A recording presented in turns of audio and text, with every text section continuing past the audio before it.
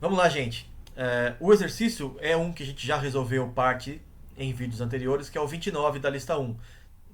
Em outro vídeo eu já resolvi o item A, usando o método da capacitância agrupada. Tá? Vamos resolver esse exercício agora usando o método de Heusler. Né? Para isso eu calculo o BO usando o que o Heusler manda, né? Que é o raio, simplesmente, e não o comprimento característico. Lembrem-se que eu tenho esferas de 5 milímetros de raio, né? Inicialmente a 400 graus, e eu jogo essas esferas na etapa 1 do resfriamento em ar, deixo elas ao ar a 20 graus Celsius, com um H de 10. Então aqui a conta está feita. 10 vezes 5 milímetros sobre 20, né? Transforma milímetros para metros, né? Você vai achar um BO de Heusler igual a isso daqui. Bom, se você olhar na tabela da 2 da lista 1, você vai ver que para esse BO você não consegue usar a tabela porque é um valor muito pequeno. Então, esquece. O método de Heusler até funciona, né? Mas usar a tabela não dá. Eu teria que usar a definição, né? Que é uma coisa parecida com essa fórmula aqui. Tá lá no livro tá lá no livro do Encrópera para calcular isso.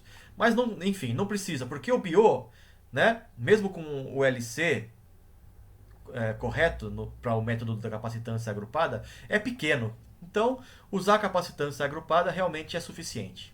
Então, essa parte do item A já está feita. Bom, no item B, eu pego as esferas que estão a 335 graus, né, depois da etapa 1, e jogo em óleo. Óleo a 20 graus Celsius, sob agitação, com um H bem alto, de 6.000. Então eu vou fazer isso agora, calcular o item B, né? Resolver o item B. O perfil para esferas, segundo o Heusler, é este aqui, ó. Né? No centro da esfera, o RTIL é zero. Então vai ficar aqui seno de zero sobre zero. Isso é um limite fundamental do cálculo, né? É 1, vale 1. Então seno de zero sobre zero é 1. Ou melhor dizendo, né? O limite de seno de x sobre x tende a 1. E aí a expressão se reduz a essa daqui, né? Em x ou RTIL, né? RTIL igual a zero é o C1 e a menos zeta ao quadrado Fourier. Essa daqui é a temperatura no centro da esfera, né? X igual a zero, ou RTIL igual a zero, melhor dizendo. Bom, vamos calcular o BO agora, né? Para poder usar a tabela 2 e calcular o zeta e o C. Bom, o BO é o H raio sobre K, que me dá 1,5. E aí eu uso a coluna esfera na tabela 2 para interpolar aqui, né? Para interpolar e achar o zeta1 e o C1, que estão aqui. Usem a coluna correta, que é a de esfera.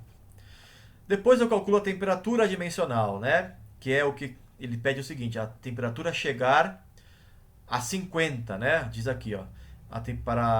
O tempo para a etapa T2 resfriar os centros das esferas de 335 até 50. Então, temperatura no centro 50, do fluido 20, inicial 335, fluido 20. Vai me dar esta temperatura dimensional. E então, nesta expressão aqui, eu sei a temperatura dimensional, é 0,09524. Eu sei o C1 e o zeta1, eu só não sei o Fourier. Então, daqui eu calculo o Fourier. Isolei aqui, substituí os valores numéricos, achei um Fourier de 1,55, que é maior que 0,2. Então, vale a aproximação de Heusler. E aí, com o Fourier, eu calculo o tempo, né? O tempo T2 aqui, isolo nessa expressão o T2, aqui é a definição do Fourier, segundo Heusler, isolando o T2 e substituindo os valores numéricos, eu chego em 5,8 segundos, né? Ou seja, mais ou menos 6 segundos. Tudo bem? Então, demora 6 segundos para o centro da esfera, que estava a 335 graus, chegar a 50. Você pode agora treinar e calcular nesse mesmo instante, ou seja, no mesmo Fourier, qual é a temperatura na superfície da esfera. Basta você colocar nesta expressão aqui RTIL igual a 1, né, que é a temperatura no centro, temperatura na superfície, perdão, né? RTIL igual a 1 é a temperatura na superfície. Você já calculou o C1 exponencial, né, que está aqui, ó, isso aqui basicamente, né? Basta você agora multiplicar por seno de zeta1 sobre zeta1 para achar a temperatura dimensional na superfície. Daí usa a definição de a temperatura adimensional para calcular a temperatura real na superfície. Tá? Fica para vocês treinarem como um exercício, tá?